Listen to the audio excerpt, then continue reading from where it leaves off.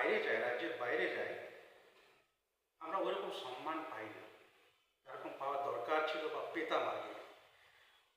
অনেক জিনিস আছে এই অবস্থা নিয়ে যদি আমি যত বলবো একটু কমই লাগবে।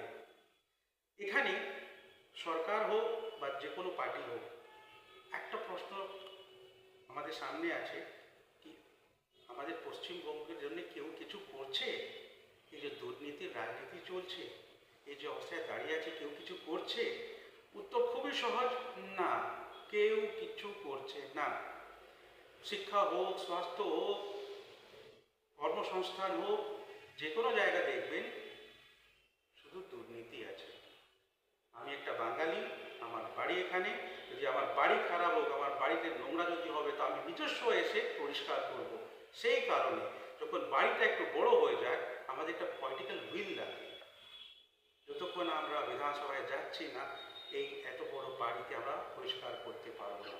সেই কারণে আমাদেরকে একটা রাজনৈতিক দল গঠন করতে হবে। আচ্ছা, আপনার এই নামটা কেন বেছে নিলেন? দলের এই নামটা কেন বেছে নিলেন? অনেকে অনেক সিম্বল, অনেক রকম আপনার এই দিয়ে বিভিন্ন যারা নতুন দল আসছে, বিভিন্ন দল আপনার আপনারা কেন এই সিম্বলটা বেছে নিলেন? মানুষকে কি বোঝাতে চাইছেন আপনারা? আমাদের পার্টির যা উদ্দেশ্য, যা লক্ষ্য, আমাদের পার্টির নামেই আছে, আমাদের পার্টির সিম্বলেই আছে, শিক্ষা সমৃদ্ধি পার্টি। ওই যে কলমটা আছে, শিক্ষা। ওই যে উদীয়মান সূর্যটা আছে, সমৃদ্ধ। আমরা কি চাই? আমরা চাই সোনার বাংলা। সোনার বাংলা ততক্ষণ আমরা পাবো না যতক্ষণ আমরা বাংলাকে সমৃদ্ধ করতে পারি না। শিক্ষা, যে কোনো সমাজ হোক, আমরা বলি এডুকেশন ইজ ফাউন্ডেশন, শিক্ষা আমাদের সমাজের ভিত্তি। সেই কারণে শিক্ষা সমৃদ্ধি পার্টি।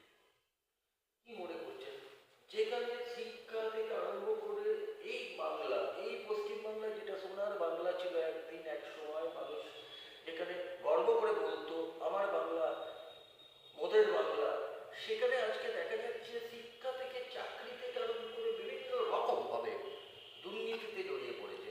আপনারা পারবেন যে আজকে নতুন যারা যুবক আসছে কিংবা যারা রাজনীতি থেকে পিছিয়ে যাচ্ছে, সরে যাচ্ছে, তাদেরকে আপনাদের দলে আনতে পারবেন? একদম পারবো।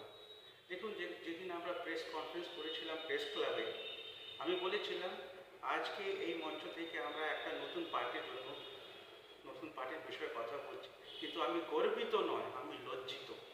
কেন লজ্জিত? এই প্রশ্নটা বুঝতে, এই জিনিসটা বুঝতে হবে। একটা সাধারণ মানুষকে যখন রাজনীতি করতে হয়, এর মানে হচ্ছে আমাদের অবস্থা এত খারাপ, একটা সাধারণ মানুষকে এগিয়ে আসতে হচ্ছে।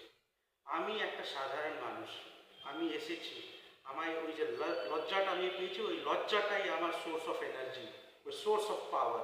যখন আমি এসেছি, লোকেরাও আসবে। আর কেন আসবে? আমি একটাই জিনিস বলছি, জাগো জাগো হে শক্তিমান, জাগো জাগো হে শক্তিমান, বাঁচাও বাংলার সম্মান।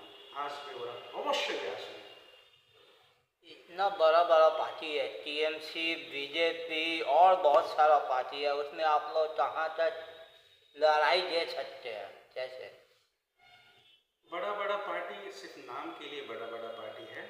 एक चींटी जब हाथी के सूंड में घुस जाती है तो हाथी को बेदम कर देती है। इस बात को मानिएगा। हम लोग जब किसी को बड़ा बोलते हैं तो सिर्फ उसके साइज में बड़ा नहीं बोलना चाहिए। बड़ा है बुद्धि में, बड़ा है सम्मान में, बड़ा है जो अपने कर्तव्य को निभाए।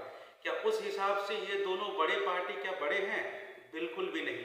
और हम चींटी के बराबर अभी हैं, लेकिन जब निर्वाचन का समय आएगा हम चींटी से 10 गुना हाथी के बराबर हो जाएंगे।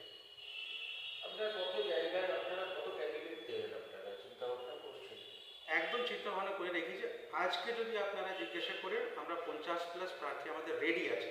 কালকে যদি আপনি বলেন কি নির্বাচন হোক, কালকে ভোটিং হোক, আমরা 50টা প্রার্থী দাঁড় করে দিচ্ছি। কিন্তু যখন নির্বাচনটা হবে আমাদের 50+ আছে, অ্যাবসলিউট ফিগার বলছি না।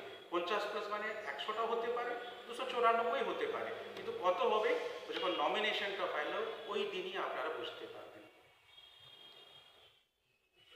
নতুন পার্টি করছে, নতুন, আপনি আপনার উদ্দেশ্যে মানুষের কাছে কি আবেদন জানাবেন? একই লাইন যা আগে বললাম, জাগো জাগো হে শক্তিমান। এটা আপনাদের বাংলা, এটা আমাদের বাংলা। এই বাংলার যা অবস্থা হয়েছে, যদি আপনারা, যদি আমি কিছু না করি, এই বাংলাকে আর কেউ বাঁচাতে পারবে না। বাংলা মৃত প্রায় হয়ে উঠেছে। আসুন